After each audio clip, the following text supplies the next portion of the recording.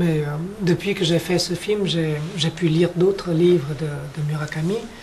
Et il est vrai que c'est très difficile d'adapter ces livres.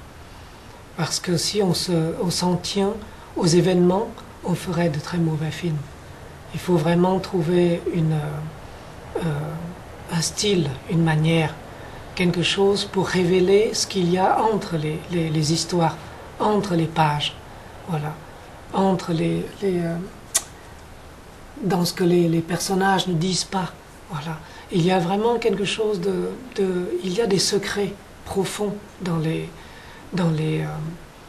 livres de Murakami, et c'est ça qui est difficile à adapter. Les romans de Murakami ont ce pouvoir-là, d'être extrêmement intimes avec ce que vous êtes, voilà, et tous les poisons, la noirceur qui est contenue en vous et qu'il révèle au fur et à mesure que vous lisez ces livres. Et pour moi, dans mon cas, quand je lis la Chronique de l'oiseau et le ressort, je ressens ce niveau de poison qui monte, ce niveau de toxicité qui monte en moi et qui menace de m'asphyxier.